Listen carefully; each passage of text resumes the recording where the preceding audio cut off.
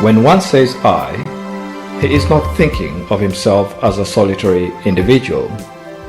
Each person comprehends himself within a certain background and set of circumstances. When I think of myself, I think of my family, parents, and surroundings. Each of you is aware of being a citizen of a country.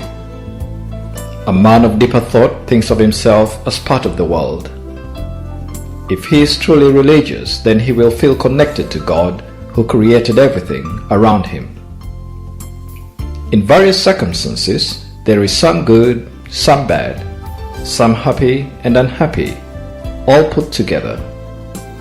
A person may assess himself as good or as bad but trying to improve, and as generally happy or unhappy. When each of us thinks of I, we think in connection with all the surrounding conditions. Thus I exist now, but when did it begin? You might think, well, I'm 30, so I started to exist 30 years ago. In addition, you think that you have been and always are increasing in age. You also realize that you didn't just abruptly start from nothing, but received certain things from your parents. You didn't begin to exist with yourself, but with your parents.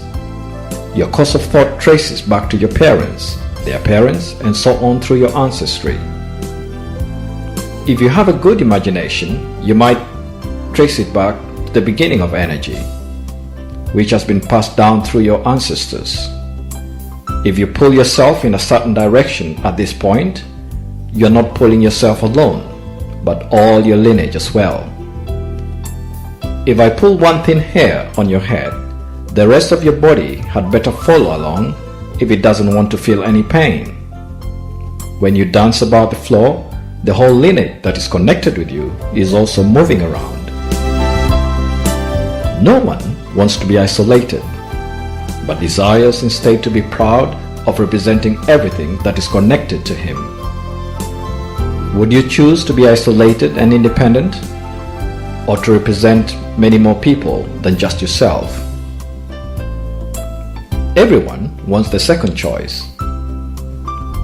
Why should you feel like that? Why do we tend to think of ourselves as the center of everything surrounding us? Is it because we want mastery and control? Whatever the reason, the fact remains that an individual will try to protect himself from invasion. Also, you want your eyes to be the best of all eyes, your nose and even your hair to be the best. You want to protect even external things which change, like your clothes. Where does this quality come from? Everyone wants to advance, whether he is of low or high capacity. We can state that the action of consciousness demands the uplifting of the individual. Why does each person want to make himself better? Where does that action of consciousness come from? It is derived from a cause and effect relationship. No action is initiated without purpose. All actions have some purpose. The bird sings and the bee hums. The butterfly flies, the wind blows. All of these have their purpose. When your eyelid blinks, it certainly has a purpose, doesn't it? Your breathing has a purpose. When you smile, it is not for yourself, but for some reason. No action takes place without purpose. Scientists maintain that the universe is made up of energy. Energy exists everywhere, as well as force or power. Is force or energy first? Does the divine principle teach that force comes into being by give and take action, or does give and take action exist after the force exists? We should examine our thought carefully to see if we are not taking the answer for granted. Seen from different angles, both viewpoints seem entirely correct.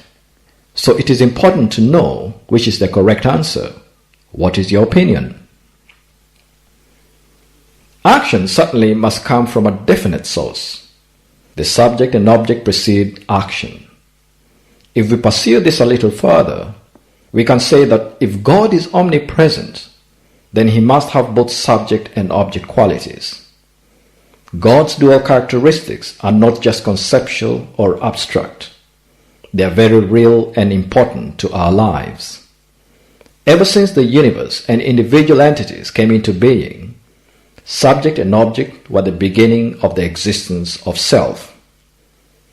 All things in the universe are made up of these two different qualities or parts, and each is involved in give and take action.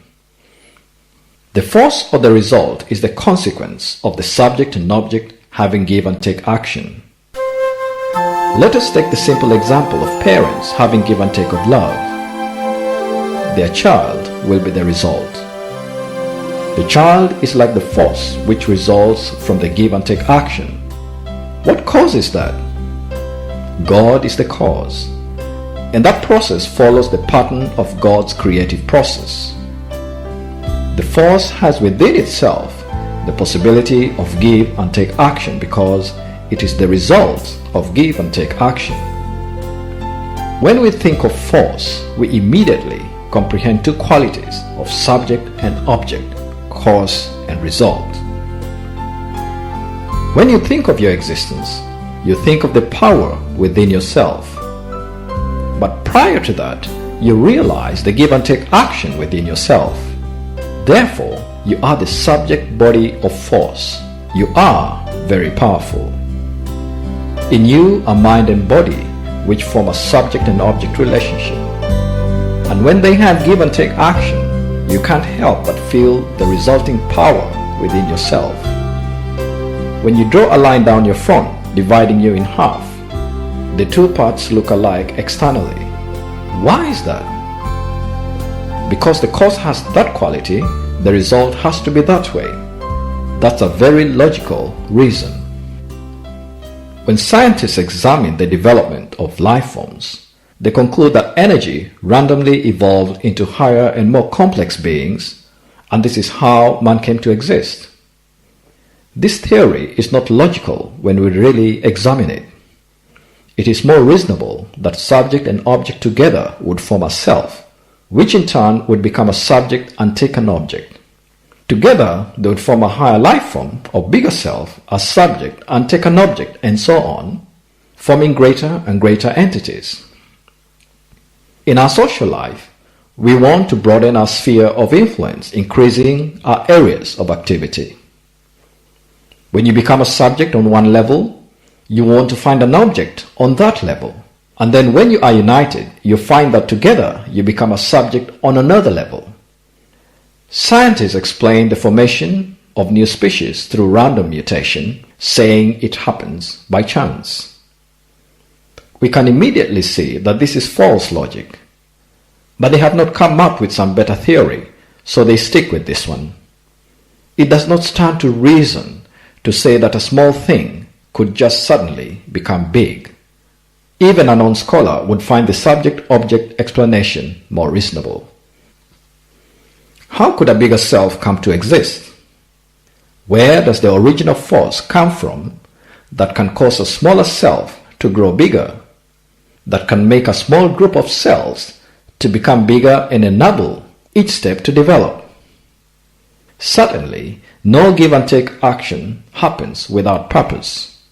A force is the result of give and take action, but there must be some purpose preceding that give and take action. Nothing happens without purpose. A chemistry professor trying to mix a plus element and a minus element of different quality will never get a reaction. But if he prepares a compatible subject and object and merely brings them close together, then give and take action will automatically happen. This explanation, based on give and take, describes science more adequately than theories of probability or random occurrence. In the beginning, I pointed out that each person wants to become greater and greater in life and gets angry if he cannot do so. Does that happen at random too, or is it inevitable? We know now that it has to happen like that because the conscience is at work. Everything comes into the realm of subject and object, and it is a collection of subject-object relationships. This means that I exists within a broad universe and lives only within that broad purpose. Therefore, one's conscience always directs him to become bigger and greater. We have to be aware of the purpose for that. This is explained through the four-position foundation.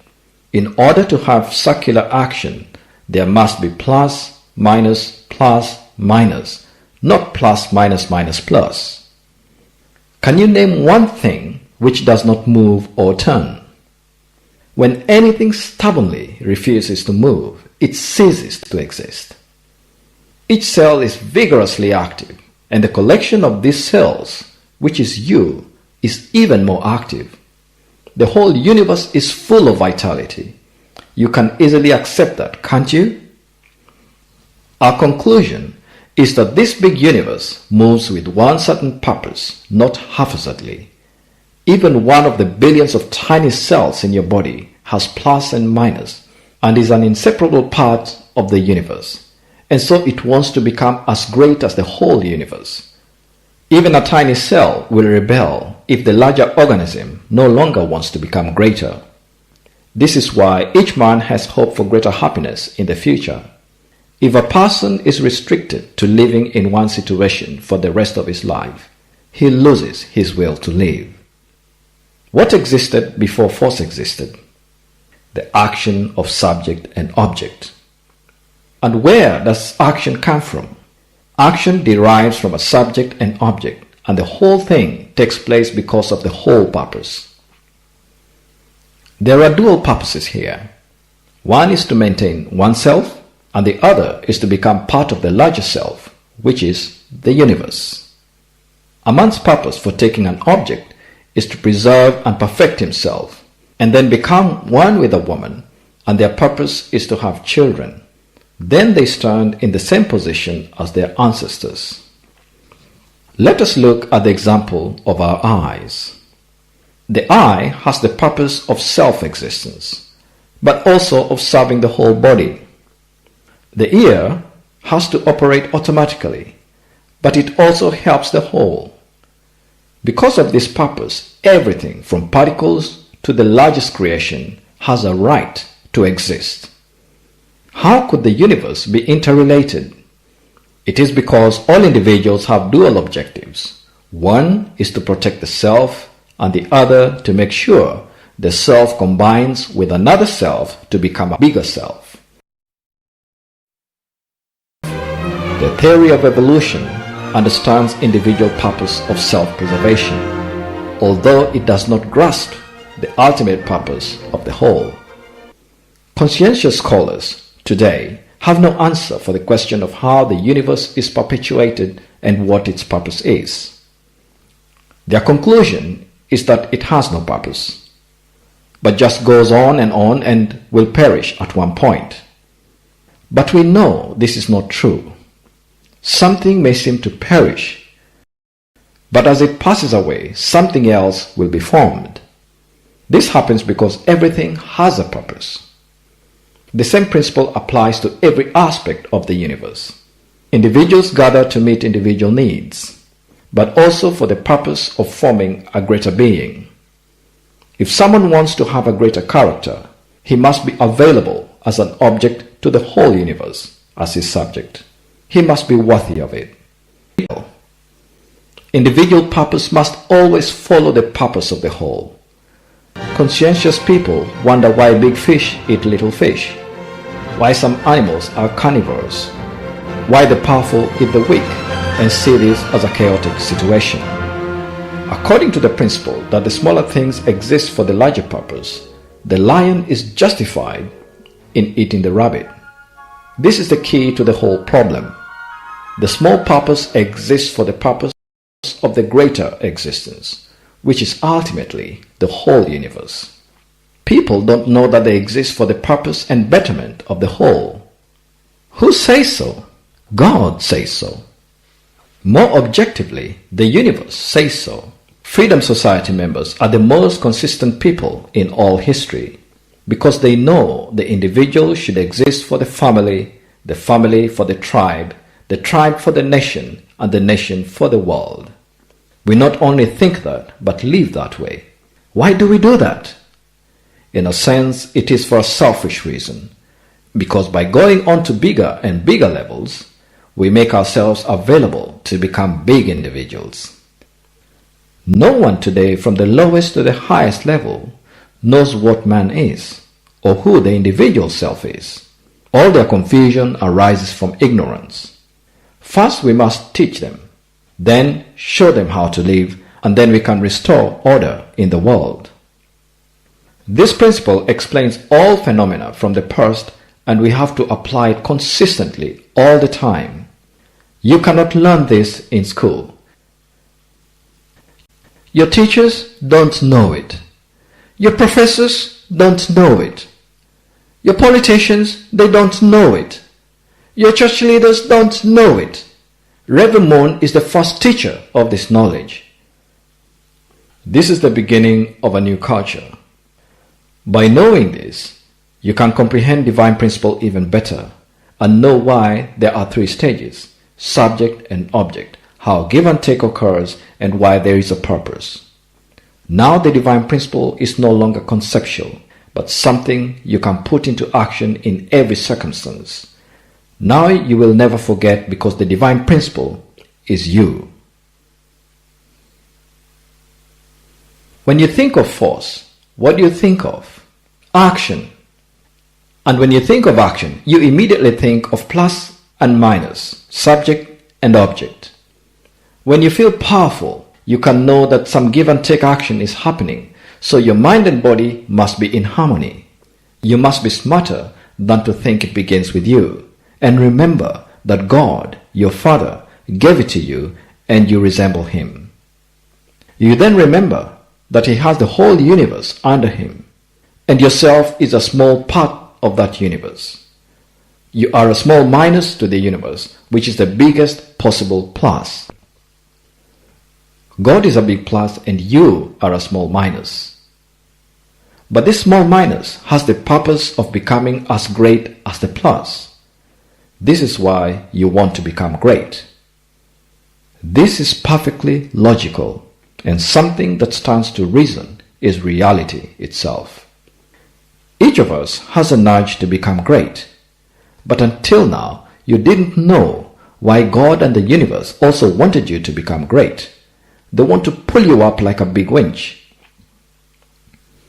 If you go to the top of a mountain, you can actually catch up with God better. In other words, if you have a broader, deeper thought, God can love you and encourage you to go higher and higher. What is God's thought?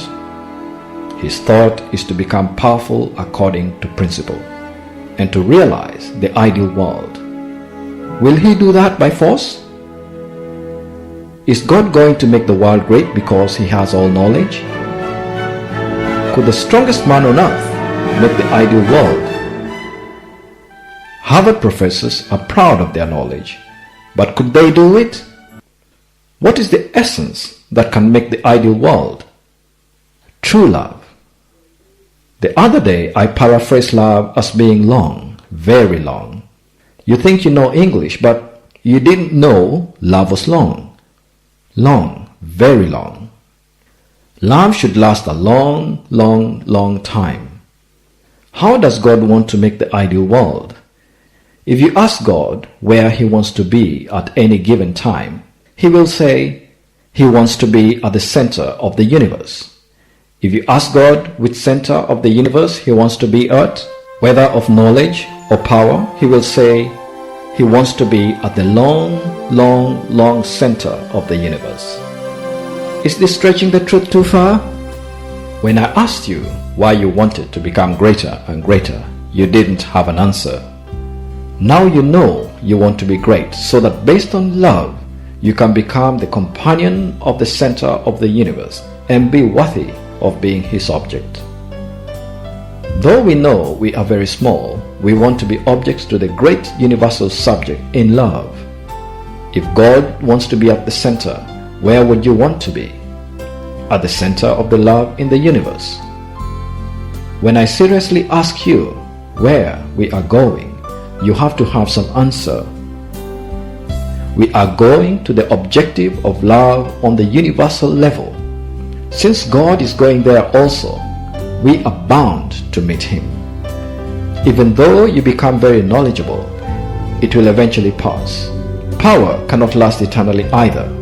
But if you are pursuing love and find it, it will last a long time.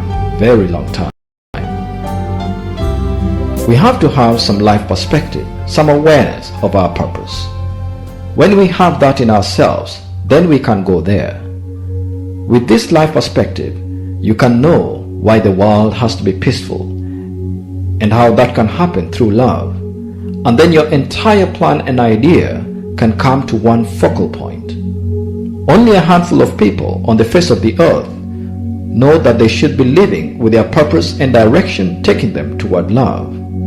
If that prevails in the world, then the earth can become peaceful. Now, when I ask you who you are in a position to answer for the first time, I am the one who is supposed to go toward the purpose of love on the universal level. We know that all things exist for man because man has love. The animals and plants willingly sacrifice for man because he is reaching for the objective of love with God. You like steaks, don't you? Do you eat a steak for your own enjoyment? Or do you think that the steak will help you get nearer to the love of God? If it was for love, then the meat would be glad to be eaten and say, "Eat me quickly, please." That meat also craves love.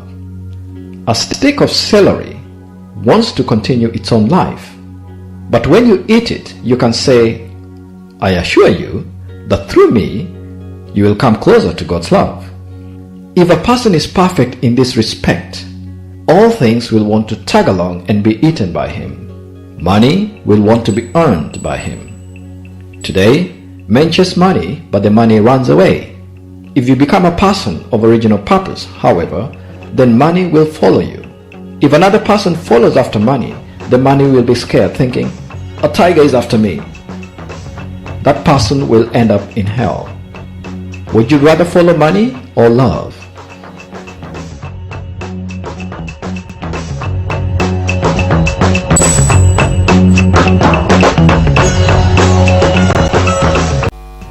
If you follow love, you will never be disappointed. When love calls, everyone opens the door to their mind. When you give love, you get back better. You will never be a loser. The way of love is the ultimate way of success in life.